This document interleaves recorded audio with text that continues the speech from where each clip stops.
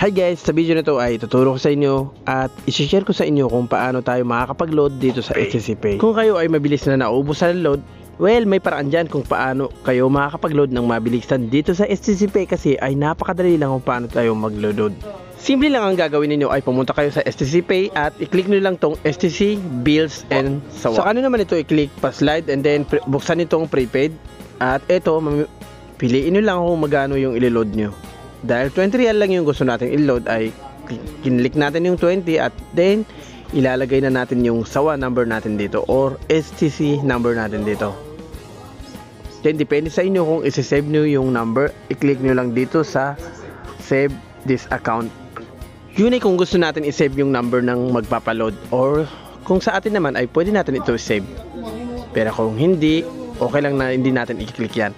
Then i-continue lang natin. At makikita naman natin kaagad na may bat na 3 real at total amount nito ay 23 real. So yun yung babayaran natin. Saka natin ito i-confirm para makuha natin yung load. Pagka-click natin ito ng confirm ay may automatic na 4 na OTP na darating sa inyong mga number. At kukunin nyo lang yun at ilagay dito. Saka ninyo makikita na kung successful na yung pinili na load. So medyo matagal lah.